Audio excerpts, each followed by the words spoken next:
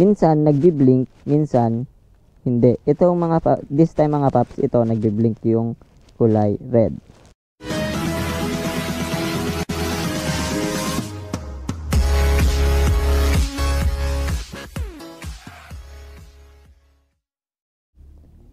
Mapapansin nyo dito sa remote ng Honda Click 150 mga paps, may ilaw dito pag pinalis natin. Ayan, mapapansin nyo, kulay red. Minsan nagbi-blink, minsan hindi. Ito this time mga paps, ito nagbi-blink yung kulay red.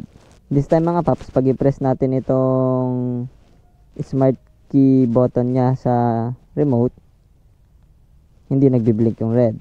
Kanina, nagbi-blink. So, paano ba natin ipag-switch kung gusto mo nagbi-blink o hindi nagbi-blink? Wala namang kaso yun mga paps dito sa remote. Ang ano lang nun, parang design lang. Halimbawa, ito nagbi-blink. Kanina, hindi nagbi-blink. Kanina nagbi-blink. Ayan, kulay green. Hindi nagbi-blink, diba? Ngayon, nagbi-blink. Parehas kanina sa red na naka-off, ngayon naka-on, nagbi-blink yung green. So, bakit ba nangyayari yun mga paps? Ayun, nagbi-blink naman yung red, di ba? Bakit ba nangyayari? So, paano ba natin i-switch yung nagbi-blink sa hindi nagbi-blink dito sa ilaw ng remote? Ang gawin lang natin mga paps, make sure na naka-off yung remote. Paano natin malalaman pag naka-off yung remote?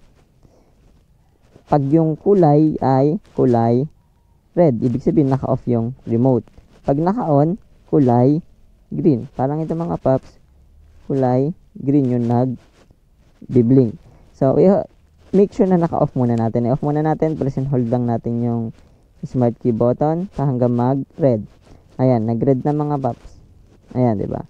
So, ang gagawin mo lang, immediately, press mo lang ng isang beses yung smart key at immediately followed, press mo agad ng alarm key dito, alarm button. Parang ganito lang mga paps. 1, 2.